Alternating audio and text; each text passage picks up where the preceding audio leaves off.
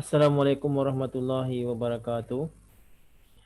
Hari ini kita akan mulakan dengan surah Al-Baqarah, dan sebelum itu perlu disampaikan bahawa sebelum ini kita dah belajar surah Al-Fatihah.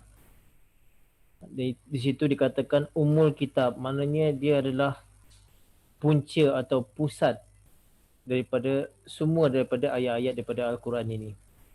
Jadi di situ diterangkan bagaimana sifat besar Allah Subhanahu Wa Taala, dan di situ juga ada ciri-ciri orang yang beriman dan ciri-ciri orang yang dimurkai dan orang-orang yang sesat.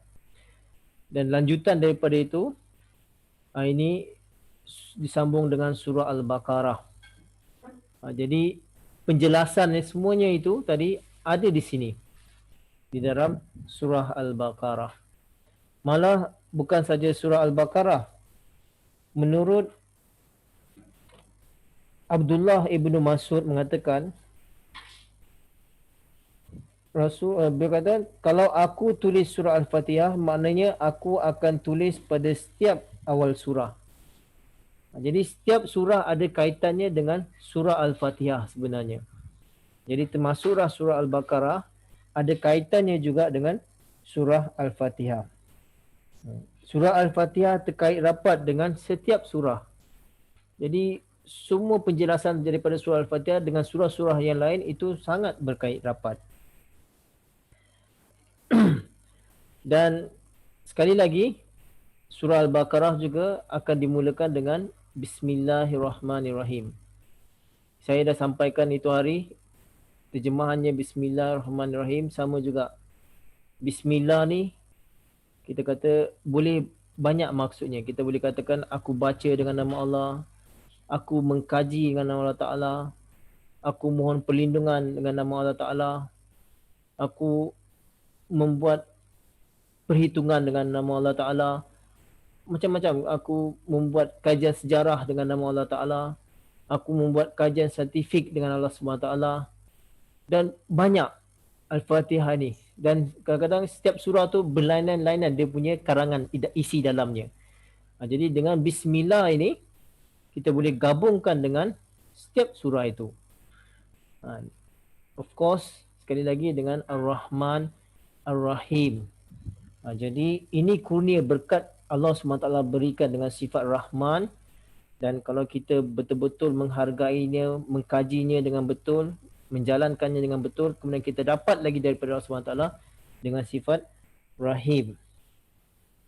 Menurut Abu Daud juga mengatakan apabila satu surah daripada surah lain diteruskan, beliau SAW membezakan dengan Bismillah. Jadi ini cara Rasulullah SAW untuk membezakan daripada satu surah dengan satu surah yang lain, iaitu dengan bacaan Bismillahirrahmanirrahim. Kemudian kita dah tahu bahawa semua surah tadi dah untuk membezakannya dibacakan dengan Bismillahirrahmanirrahim kecuali surah Taubah. Jadi kenapa surah Taubah tidak ada Bismillah? Jawapannya kerana surah Taubah adalah merupakan sambungan daripada surah sebelumnya, iaitu surah Al-Anfal. Menurut Imam Darul Qutni, dari hadis yang diambil daripada Abu Hurairah radhiyallahu anhu, apabila kamu baca surah Al-Fatihah, mula dengan Bismillah, kerana ia termasuk di dalam surah. Ini sabda Rasulullah SAW. Apabila kita baca setiap surah Al-Fatihah, kita baca Al-Fatihah, kena baca dengan Bismillah kerana dia termasuk. Jadi dari sini juga kita katakan bahawa setiap surah yang lain pun termasuk dengan Bismillah. Jadi maka ia dikira ayat yang pertama. Ini antara alasan kita lah. Kita katakan Bismillah juga termasuk daripada ayat yang pertama. Bukan saja surah Al-Fatihah, malah surah lain juga Bismillahirrahmanirrahim ini, perkataan ini dikira ayat yang pertama. Jadi memang ada setengah pendapat mengatakan Bismillah tak termasuk dalam ayat bagi surah lain kecuali surah Al-Fatihah. Tetapi ini sebenarnya termasuk dalam setiap surah daripada hadis-hadis yang saya kemukakan tadi. Begitu juga Rasulullah SAW pernah bersabda, bersabda, ikhtilafi ummati rahmah. Maksudnya, perbezaan pendapat dalam umatku adalah satu rahmah. Jadi, perbezaan pendapat salah satu contohnya tentang Bismillahirrahmanirrahim. Ada yang kata termasuk dalam surah, ada yang kata tidak termasuk dalam surah. Tetapi perbezaan pendapat ini janganlah sampai kita bertelaga, sampai kafir mengkafir, sampai bergaduh. Itu tak perlu. Sabda Rasulullah SAW, rahmah. Rahmah maksudnya kita perlu cari jawapan yang sebenarnya. Kita perlu mendalami dan kita perlu mengkaji dan untuk mendapatkan jawapan yang pasti. Jadi dengan mendapat jawapan yang pasti, bermakna ilmu kita akan bertambah, ilmu yakin kita akan bertambah, hakul yakin kita pun akan bertambah. Jadi kita mulakan dengan ni, nanti kalau ada soalan kita boleh sambung lagi tentang Bismillahirrahmanirrahim. Ayat yang kedua daripada surah Al-Baqarah, Alif Lam Mim. Ini adalah huruf muqati'at. Huruf muqati'at maksudnya huruf pisah-pisah. Sebagaimana zaman sekarang ini pun banyak telah digunakan huruf muqati'at, seperti kita katakan KTM. Maksudnya Kereta Api Tanah Melayu. TNB, Tenaga Nasional Berhad. TM, Telekom Malaysia. Jadi itu semua adalah contoh-contoh bagaimana huruf muqati'at. Jadi dia ada maknanya. Jadi di sini alif bermakna ana, lam bermaksud Allah, mim bermaksud a'lamu. Ana Allah a'lamu. Sini. Saya rasa semua nampak ni. Dalam bahasa Arab dia, ana Allah a'lamu. Maksudnya aku Allah yang maha mengetahui. Ada satu riwayat digambarkan bagaimana satu waktu orang-orang Yahudi, ada di kalangan orang-orang ulama, orang-orang tinggi di kalangan orang-orang Yahudi, ingin mengadakan perjumpaan dengan Rasulullah sallallahu alaihi wasallam pada malam hari secara tertutup, majlis yang tertutup. Tidak boleh orang ramai mengetahuinya. Hanya beberapa orang saja yang akan hadir. Dan Rasulullah sallallahu alaihi wasallam menerima jemputan itu, menerima juga tawaran itu. Lalu mereka telah bersetuju pada malam dan hari yang telah ditetapkan berkumpul di satu tempat yang tidak ramai orang yang tahu, kecuali beberapa orang saja yang tahu. Jadi dalam perjumpaan itu antaranya orang Yahudi mengatakan kepada Rasulullah sallallahu alaihi wasallam, apakah alif lam mim itu? Bukankah itu huruf muqati'at? Yang Rasul cakap betul, itu adalah huruf muqati'at. Yang bermaksud alif itu ana, lam itu Allah, mim itu a'lamu.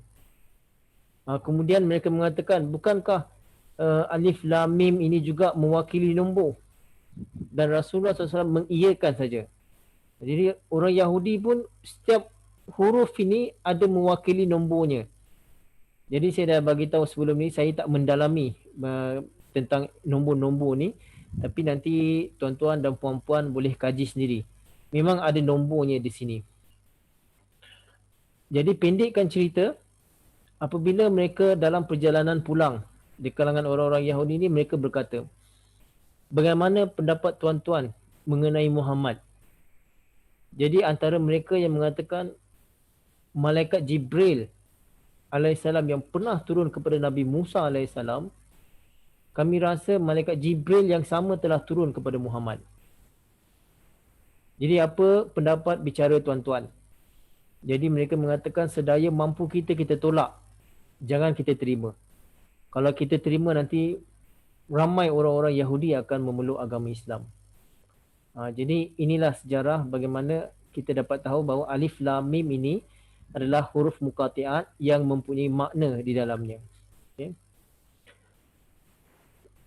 Kemudian zalika. Zalika itu. Itu ini menunjukkan jauh. Kalau bahasa Arab, kalau benda yang dekat kita katakan hadza. Ini. Hadza. Tapi kalau zalika itu jauh. Okey. Alkitab itu adalah kitab. La, tidak. Raib, keraguan. Fi, di dalam. Hi, keraguan. Yang ni di dalamnya. Fihi, di dalamnya. Hudan, petunjuk. Li, bagi. Lil muttaqin, bagi orang-orang yang bertakwa. Okay, terjemahannya yang mudah. Zalikal kitabu la raiba fihi hudan lil muttaqin. Maksudnya itulah kitab yang tidak ada keraguan di dalamnya, petunjuk bagi orang-orang yang bertakwa. Jadi zalika seperti yang saya katakan tadi, zalika ni menunjukkan jauh. Itu. Kalau kita kata ini, itu memang dekat, memang depan kita. Inilah dia. Tapi kalau kita katakan itu menunjukkan benda yang jauh. Jadi zalikal kitab, kitab itu. Apa maksud di sini? Maksud di sini bahawa kitab Al-Quran ini telah dinubuatkan jauh sebelumnya. Di sini Allah SWT menggunakan zalikal kitab, maknanya kitab Al-Quran ini jauh sebelumnya telah dinubuatkan. Di zaman Nabi Musa lagi, Allah SWT telah beritahukan bahawa nanti seorang Nabi akan datang. Kalau kita lihat nubuatan itu, bagaimana di dalam kitab Taurat, Allah SWT telah berfirman kepada Nabi Musa AS, aku akan membangkitkan dari antara mereka saudara mereka sendiri, dan aku akan memasukkan kalamku ke dalam mulutnya, dan apa yang aku firman kepadanya, dia akan berkata mengenai itu yang akan terjadi. Apa sahaja yang dikatakan, dia akan memanggil namaku. Jadi inilah nubuatan kepada Nabi Musa AS tentang kedatangan seorang Rasul, yang mana apabila dia bercakap, dia akan menggunakan namaku. Inilah dia. Bismillahirrahmanirrahim. Dengan nama Allah. Apa yang Rasulullah SAW cakap akan menggunakan nama Allah Subhanahu Wa Taala. Zalikal kitab itu dinubuatkan kepada Nabi Musa lagi, bahawa seorang Nabi sepertinya di kalangan saudaranya. Sebagaimana Nabi Musa AS adalah Nabi yang membawa syariat, yang mendapatkan kitab Taurat. Begitu juga kepada Nabi Muhammad SAW, seorang Nabi syariat yang membawa kitab Al-Quran Karim. Jadi zalikal kitab, maksudnya kitab Al-Quran ini jauh sebelumnya telah dinubuatkan kepada Nabi Musa AS tentang kedatangannya. Okey, ini jelas. La raiba fi, tidak ada keraguan di dalamnya. Dengan kurnia Allah Subhanahu Wa Taala, tidak ada satu perkara pun yang tidak jelas di dalam Al-Quran, yang tidak sempurna. Kalau kita benar-benar mengkajinya, memahaminya, setiap jawapan kita akan temukannya. Tak kiralah ilmu sains ke, ilmu politik ke, ilmu matematik ke, ilmu biologi ke, ilmu undang-undang ke, apa banyak perkara yang kita boleh didapatkan dalam Al-Quran dan tidak ada keraguan di dalamnya. Dan kita lihat secara bagaimana orang-orang yang berhukum pada undang-undang Al-Quran, mereka akan terselamat. Kecuali kalau mereka telah menyalah tafsirkan dan membuat perundangan sendiri, maka mereka akan tersesat. Tapi kalau mereka benar-benar mengikutinya dan memahaminya, Al-Quran itu adalah sumber yang tidak ada keraguan di dalamnya. Kemudian ditambah lagi, hudal lil muttaqin, bahawa Al-Quran ini adalah petunjuk untuk orang-orang yang bertakwa. Jadi kita perlu faham bahawa di sini bukan dikatakan hudal untuk orang-orang Arab saja, atau bukan petunjuk untuk orang-orang yang tahu bahasa Arab. Tidak. Tetapi Al-Quran ini petunjuk untuk orang-orang yang bertakwa. Kita lihat zaman dunia hari ini, banyak orang yang boleh bahasa Arab. Banyak orang yang tahu Al-Quran. Tapi belum tentu dia boleh mendapatkan hidayah. Belum tentu dia akan terselamat daripada dosa. Kerana yang diperlukan di sini adalah muttaqin, orang-orang yang bertakwa. Sebagaimana kita tahu, takwa itu bagaimana? Takwa itu orang-orang yang takut kepada Allah Subhanahu Wa Taala. Boleh jadi takut pun boleh jadi kita takut kepada hukuman atau balasan buruk daripada Allah Subhanahu Wa Taala. Takwa juga boleh bermaksud takut yang penuh rasa hormat. Bukan kita takut kita akan dihukum, akan berlaku salah, tapi takut yang penuh rasa hormat. Sebagai contoh, kita lihat bagaimana ada orang yang dia tak buat salah, dia buat baik. Kalau orang yang buat baik, tiada buat salah, dan sekali-sekala kalau dia dipanggil oleh raja, dia tahu bahawa kalau raja memanggilnya itu, pasti ada satu tugasan yang penting atau satu kurnia yang ingin diberikan. Jadi dia dengan rasa hormat dan takut, takut tadi bukan kerana takut dihukum, tapi dengan rasa hormat dia akan menghadap raja itu. Jadi begitu jugalah untuk orang-orang yang beriman dan bertakwa. Takwa mereka ada peringkat. Semuanya boleh. Kalau kita takut kerana Allah Ta'ala, kerana azab pun boleh diterima. Kerana kita takut takwa kepada Allah SWT, kerana kita hendakkan balasan syurga pun, itu pun boleh diterima. Kalau kita ada rasa takut kepada Allah SWT, kita ingin mendapatkan kedekatan dan keakraban dengannya, itu pun diterima. Jadi semua itu diterima oleh Allah Subhanahu Wa Taala. Tapi tahap yang paling disukai, tahap yang paling tinggi apabila orang itu mahu mendekati Allah Subhanahu Wa Taala, mahu mendapatkan Allah Subhanahu Wa Taala. Dia tak perlu, dia tak kisah dia nak masuk syurga ke, nak masuk neraka ke, dia tak kisah. Tapi yang dia inginkan adalah kedekatan dengan Allah Subhanahu Wa Taala. Sebagaimana Imam Syafi'i pun dia pernah katakan, kalau dia masukkan di neraka pun dia reda, masukkan ke syurga pun dia reda. Bukan bermaksud dia munafik. Ada orang yang putar belit mengatakan Imam Syafi'i dah munafik. Dia nak masuk neraka pun dia nak masuk syurga pun dia. Bukan. Maksudnya dia reda. Apa saja keputusan Allah Subhanahu Wa Taala, dia reda. Tapi yang penting baginya adalah apabila dia dapat mengenal, berjumpa, dekat dengan Allah Subhanahu Wa Taala. Inilah sebenarnya ciri-ciri orang-orang yang mutaki, para anbiya, para khulafa, orang-orang suci, para syahid, para soleh. Mereka memang seperti itu. Dalam Al-Quran dikatakan, fadkhuli fi ibadi wadkhuli jannati. Masuklah di kalangan golongan hamba-Ku dan masuklah ke dalam syurga-Ku. Jadi masuklah ke dalam golongan hamba-Ku, iaitu orang-orang yang dekat dengan Allah SWT. Barulah dia dapatkan syurga. Yang penting itu di kalangan hamba-hamba Allah SWT yang diredainya. Jadi Al-Quran ini hudan lil muttaqin, untuk orang-orang yang tadi tu, yang mahu mendapatkan kedekatan dengan Allah Subhanahu Wa Taala. Barulah dia mendapat petunjuk. Jadi dengan orang-orang yang seperti inilah kita perlu belajar. Memang Al-Quran itu untuk semua, tapi kita sebagai orang biasa yang lemah, yang banyak dosa, kita mungkin tak mampu untuk memecahkan, memahami ayat-ayat Al-Quran itu. Tetapi maka itu Allah SWT kirimkan para mujaddid, para imam, para khalifah untuk memberi petunjuk kepada kita, kerana mereka adalah orang-orang yang mendapat wahyu daripada Allah Subhanahu Wa Taala. Jadi kita bersyukur kita dikurniakan oleh Allah Subhanahu Wa Taala di akhir zaman ini Hazrat Imam Mahdi alaihissalam yang sentiasa setiap waktu memberi petunjuk kepada kita mengenai Al-Quran, mengenai iman, mengenai solat dan sebagainya.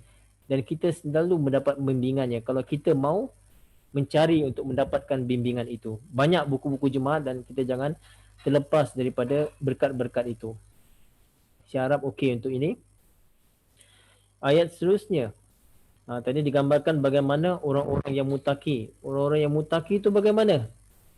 Allazina, orang-orang yang yu'minuna, itu mereka yang beriman, bi, kepada al-ghaibi, dengan perkara-perkara yang ghaib, wa dan yuqimuna yang mendirikan as-solat, mendirikan solat, wa dan mimma apa-apa razaqna kami rezekikan hum kepada mereka yunfiqun mereka menginfakkannya atau mereka membelanjakannya. Jadi terjemahannya yang mudah, allazina yu'minuna bil ghaibi wa yuqimuna as-salata wa mimma razaqnahum yunfiqun, iaitu orang-orang yang beriman kepada yang gaib dan yang mendirikan solat dan yang membelanjakan apa-apa yang telah kami rezekikan kepadanya. Okay. Jadi kita sihat sini bil ghaib. Mula-mula. Ghaib, apa maksud ghaib?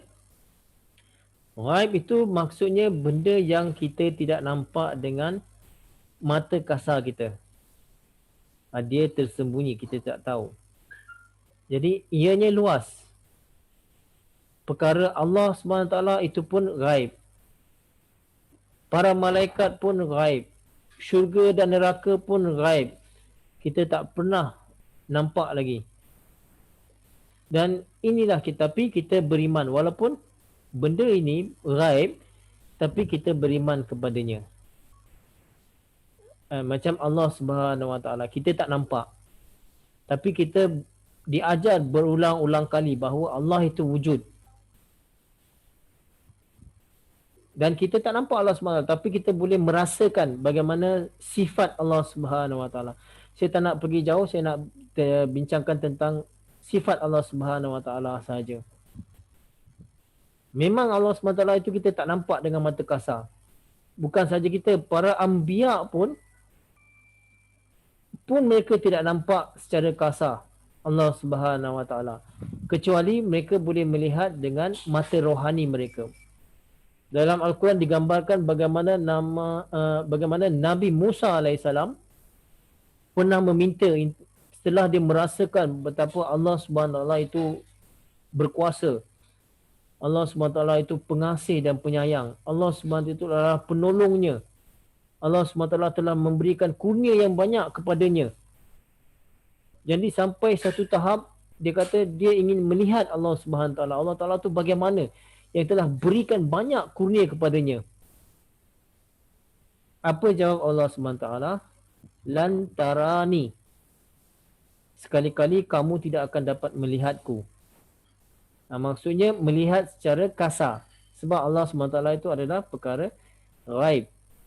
Tapi kita boleh melihat dia dengan mata rohani. InsyaAllah ta'ala. Dan kita boleh melihat macam-macam kebesaran Allah SWT. Walaupun kita tak nampak, tapi orang-orang yang tadi muttaqi tadi, mereka beriman. Dan dah banyak ribuan, jutaan orang-orang suci, orang-orang yang beriman, mereka beriman kepada yang gaib. Maknanya mereka beriman kepada Allah SWT. Selanjutnya kepada para malaikat. Mereka lihat bagaimana malaikat pun ada menolong, membantu mereka dalam hal-hal tertentu dalam kehidupan mereka di dunia, dalam pekerjaan mereka. Jadi ini ciri-ciri orang yang beriman, yang bertakwa tadi. Kemudian mereka yang bagaimana? Mereka yang yuqimunas solat. Mereka yang mendirikan solat. Jadi yuqimuna, kenapa digunakan perkataan yuqimuna yang mendirikan? Jadi di sini digunakan perkataan mendirikan bermaksud kalau kita kata kita nak mendirikan sebuah rumah. Kita nak mendirikan sebuah rumah. Secara amnya, mampu tak kita nak mendirikan rumah ini seorang diri? Secara umumnya kita tak mampu. Kita nak mendirikan rumah ni, kita perlukan bantuan daripada orang-orang untuk mendirikan rumah ini. Untuk membuat atap dia, untuk membuat dinding dia, untuk membuat tapak dia. Jadi itu semua kita tak mampu membuatnya sendiri. Boleh kita buat rumah yang sendiri, tapi yang rumah kecil lah, itu pun lambat. Tapi kalau kita secara berjemaah, kita mendirikan rumah, kita boleh dapat membuat rumah yang besar dan cantik dan kukuh dan sesuai. Begitulah digambarkan di sini bahawa solat yang bagaimana? iaitu solat yang didirikan secara berjemaah. Ini dia sebenarnya, sebab tu digunakan perkataan dirikan. Jadi Rasulullah sallallahu alaihi wasallam yang memahami, kerana Al-Quran ini diturunkan kepada Rasulullah sallallahu alaihi wasallam. Jadi Rasulullah sallallahu alaihi wasallam mengajarkan umatnya supaya mengadakan solat fardu itu berjemaah di masjid. Kalau solat sunat, solat nafal boleh dilakukan di rumah. Tapi solat fardu kita kena berjemaah di masjid. Ini yang diajarkan oleh Allah SWT, kerana Rasulullah SAW faham ayat ini. Bahawa yuqimuna solat ini bukan solat sendiri, tapi perlu berjemaah. Dan Rasulullah SAW tambah lagi dalam hadis mengatakan siapa yang solat berjemaah di masjid, pahalanya sebanyak 27. Dibandingkan orang yang solat sendiri yang pahalanya cuma 1. Jadi mana yang kita nak rebutkan? Yang 1 ini ke atau yang 27 ini? Sudah pasti ini yang kita inginkan, yang kita perlu dapatkan. Pahala yang 27 ini. Maksudnya besar. Untuk kita solat berjemaah ini sebenarnya pahalanya besar. Panjang lagi, nanti kalau ada soalan bolehlah saya bukakan sebagai contoh. Kalau kita solat berjemaah, kalau kita dengan saudara kita, kadang-kadang kita tahu, okey, kalau kita nak berjumpa seseorang, kita kata kita datang solat Zuhur, dia mesti ada di masjid. Nanti lepas solat, selesai solat, bolehlah kita berjumpa atau bersembang dengan dia. Jadi kalau kita dah terbiasa, saudara-saudara kita atau kawan-kawan kita menjadukan solat berjemaah, jadi kita dah tahu dah time untuk berjumpa sahabat-sahabat kita ni, time solat lah. Kalau kita nak jumpa dia, ada hal penting ke, tak perlu handphone, tak payah. 5 waktu tiap-tiap hari kita dah tahu dah dia akan datang masjid, kita boleh jumpa dia kalau ada sesuatu hal. Ni nantilah kalau ada soalan lain lagi. Wa mimma razaqnahum yunfikun, dan mereka yang membelanjakan apa yang Allah Ta'ala telah rezekikan kepada mereka. Jadi infak ini menafkahkan apa-apa ini daripada Allah Ta'ala rezekikan kepada kita. Allah Ta'ala rezekikan kepada kita itu banyak. Rezeki itu kalau kita kategorikan bukan saja wang ringgit. Dan kalau kita belajar di lebih lagi lah dalam direct selling apa semua, mereka mengatakan bahawa rezeki itu bukan sekadar wang ringgit, tetapi kesihatan juga merupakan rezeki, kan? Kemudian keimanan juga merupakan rezeki, bukan terbatas kepada wang ringgit. Ada orang fikir bahawa rezeki ini terbatas kepada wang ringgit saja, harta saja. Saya kata tidak. Kalau kata wang ringgit saja, itu sempit pemikiran seperti itu. Rezeki ini boleh bermaksud kesihatan juga. Dan rezeki juga boleh bermaksud keimanan. Jadi 3 ini perlu ada gabungan dia. Wang, rezeki, ini antara diorang kategorikan. Wang pun jaga rezeki, kesihatan,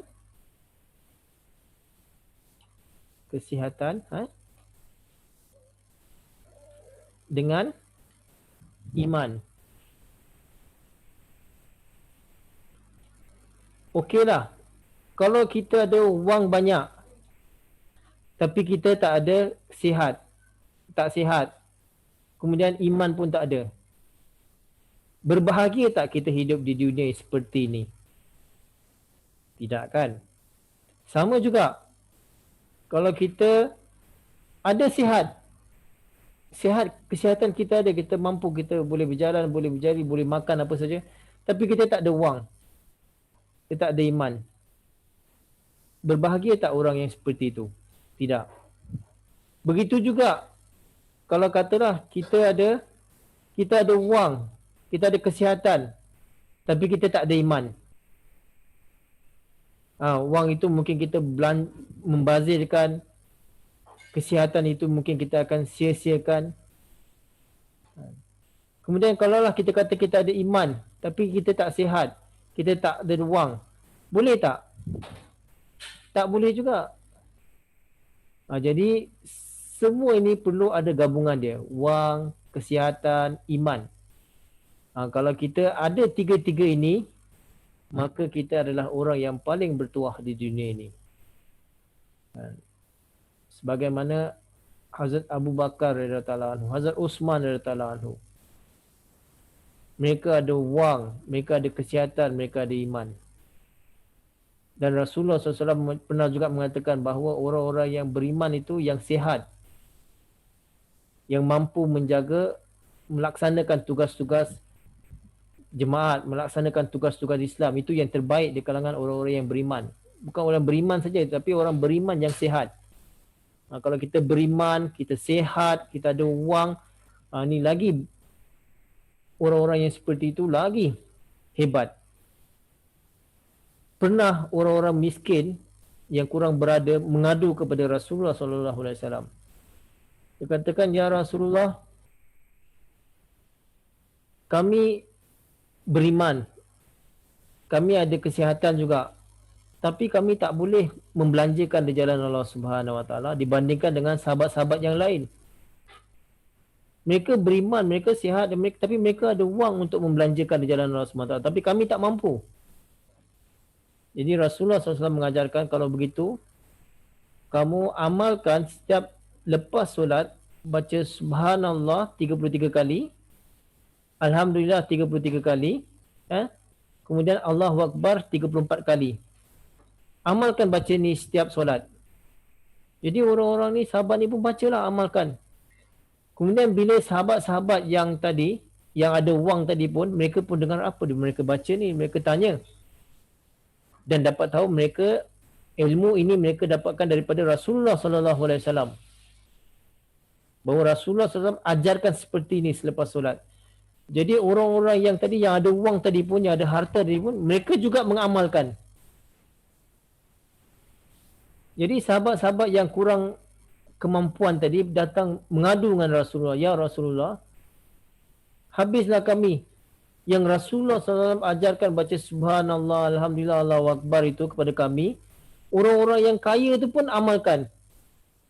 Jadi habislah kami, bagaimana kami perlu buat lagi? Dan Rasulullah SAW menjawab, Zalika fadlullahi yu'tihi mayyasha. Ini adalah fazal Allah Subhanahu Wa Taala. Dia boleh kurniakan kepada siapa yang dikehendakinya. Jadi ini, kalau kita ada wang, ada kesihatan, ada iman, inilah yang disabdakan oleh Rasulullah SAW. Zalika fadlullahi yu'tihi mayyasha. Ini adalah fazal Allah Subhanahu Wa Taala yang diberikan kepada siapa yang dikehendakinya. Tapi kalau kita ada wang, ada kesihatan tapi tak ada iman, pun rugi juga. Jadi di sini termasuklah zakat, fitrana, canda, sedekah. Ini semua apa-apa yang kita rezekikan, kita boleh belanjakan di jalan Allah SWT dalam bentuk wang ringgit. Seperti saya katakan tadi, bukan terbatas kepada wang ringgit. Mungkin juga kita punya ilmu pengetahuan. Kita ada ilmu pengetahuan, kita bahagikan. Kita luangkan masa untuk mengajarkan orang-orang.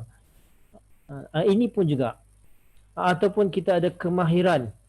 Kita sekali-sekala kita bantu memperluaskan masjid ke, atau repair, maintenance di masjid ke, tanpa bayaran, kita ada kemahiran, itu kita belanjakan di jalan Allah SWT.